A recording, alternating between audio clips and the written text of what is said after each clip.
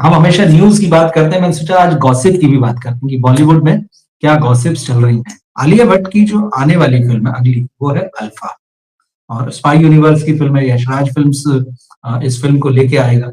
लेकिन अब एक ऐसी गॉसिप चल रही है जिसको कहना चाहिए कि बड़ी खतरनाक है। मतलब आलिया भट्ट तक अगर ये बात पहुंची भी होगी तो उनकी नींद उड़ गई होगी, मुझे ऐसा लगता है। और उनके फैंस को ये गॉसिप जो है बिल्कुल पसंद नहीं आएगी। हालांकि मुझे नहीं पता कितने आलिया भट्ट के फैंस हैं, क्योंकि आलिया भट्ट का जो पूरा कैरियर है, एक तो नेपो किड है, और बड़ा पीआर और मार्केटिंग ड्रिवन उनका जो कैरियर है। तो खैर उस पर कभी हम बात करेंगे। फिलहाल जो गॉसिप चल रही है वो ये चल रही है कि आलिया की जो अगली फिल्म है अल्फा, पहले तो ये दिसंबर में रिलीज होने वाली थी, फिर इसको पोस्टपोन कर दिया गया जब वार टू यशराज फिल्म्स की फ्लॉप हो गई। और उसके बाद जिस तरह से उस फिल्म की आलोचना हुई, उसके कंटेंट की, उसमें जिस तरह से एक्टिंग की लीड एक्टर्स ने, और उसके अलावा जो उसके वीएफएक्स थे, और स्पाई यूनिवर्स की फिल्मों पे ये तो हमेशा ही आरोप लगा है कि वो पाकिस्तान को लेकर जो है काफी सॉफ्ट रही है हमेशा। इन सारी आलोचनाओं के बाद में तो वाईआरएफ के जो सर्वे सर्वा है आदित्य चोपड़ा, खबरें ये आ रही थी कि उन्होंने अल्फा जो कि पूरी शूट हो चुकी, उसके वीएफएक्स का भी काम लगभग खत्म हो चुका है, उसका पूरा रीवर्क शुरू कर दिया और सब कुछ अपने निगरानी में ले लिया कि अब मैं वो गलती नहीं करूंगा जो वार टू में या उससे पहले टाइगर 3 में नजर आ रही थी। तो वो सारी खबरें आती रही, लेकिन अब ये खबर आ रही है कि इस फिल्म में बहुत ज्यादा कुछ करने कराने की गुंजाइश जो है वो नजर आ नहीं रही है प्रोड्यूसर को, और इस बात से जो है वो बहुत दुखी है। और ये हो सकता है, ये जो गॉसिप चल रही है, ये ध्यान दीजिए इस पे, कि अब ये हो सकता है कि यशराज फिल्म्स, आदित्य चोपड़ा इस फिल्म को, आलिया भट्ट की जो अल्फा है, इसको ओटीटी पर एक तरीके से डंप कर सकते हैं। आप सोचिए, अगर ये फिल्म ओटीटी पर आती है तो वाकई ये आलिया भट्ट के लिए बहुत बड़ा झटका होगा, क्योंकि स्पाई यूनिवर्स से उनको बड़ी उम्मीदें हैं। और स्पाई यूनिवर्स एक ऐसा ब्रांड वाईआरएफ को लगता है, फिल्म इंडस्ट्री के लोगों को लगता है कि बड़ा ही प्रतिष्ठित और बड़ा ही प्रेस्टिजियस है। लेकिन पिछली 2-3 फिल्मों का जो बुरा हाल हुआ है और जिस तरह से लोगों ने इसको क्रिटिसाइज किया है, तो उसको देखते हुए अगर ये फैसला कर भी ले प्रोड्यूसर कि इस फिल्म को ओटीटी पर रिलीज कर दिया जाए, तो बहुत आश्चर्य नहीं होना चाहिए। हालांकि मुझे नहीं लगता कि ऐसा होगा, उसके बावजूद जो चर्चा है वो मैं आपको बता रहा हूँ। अब ये भी कहा जा रहा है कि प्रोड्यूसर्स जो है वो इस फिल्म को लेकर जैसे कि बहुत उत्साह नहीं नजर आ रहा है, क्योंकि जिस तरह से फिल्म शूट हुई है, लगभग बन चुकी थी जब वार टू का जो है वो रिलीज हो गई, और उसके बाद ये था कि एक आध गाना जो है वो आलिया भट्ट पर और शर्वरी बाग पर शूट होना है। तो इसका मतलब है कि 90% 80% काम हो ही चुका है। अब बनी हुई फिल्में कितनी रीशूट हो सकती है, कितना उसमें वीएफएक्स जो है बदला जा सकता है, एक तरीके से उसमें फिर बजट भी जाता है और समय भी जाता है। तो अब एक चीज तो यह है कि इस फिल्म को ओटीटी पर रिलीज कर दिया जाए। दूसरा ये भी चल रहा है कि क्योंकि अब धुरंधर के बाद में सारा ट्रेंड ही बदल गया स्पाई फिल्मों का। स्पाई फिल्मों को देखने का न केवल इंडस्ट्री का नजरिया बदला है, बल्कि दर्शकों का भी नजरिया जो है बहुत खुलकर सामने आ गया है कि वो किस तरह की स्पाई फिल्म देखना चाहते हैं।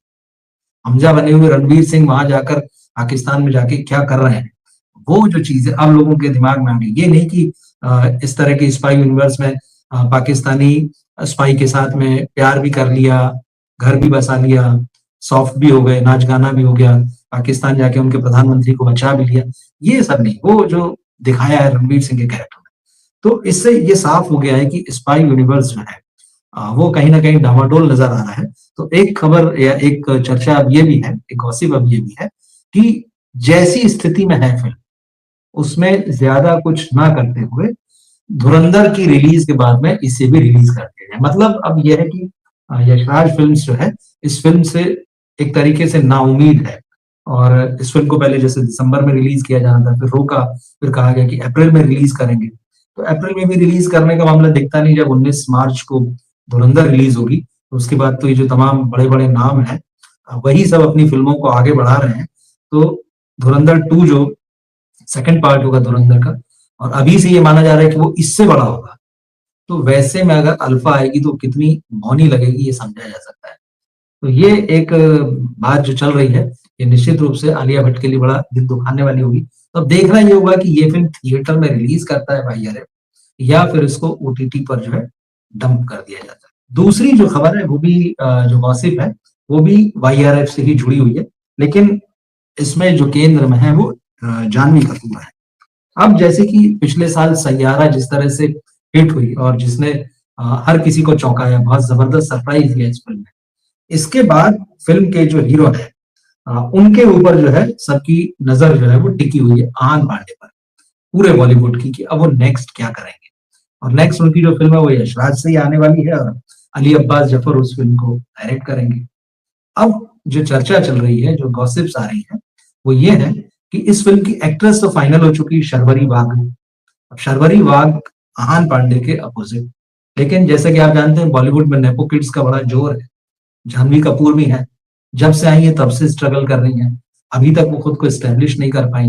हर फिल्म जब आती तो ऐसा लगता है कि इनकी फिर से लॉन्चिंग हो रही है, रीलॉन्चिंग हो रही है।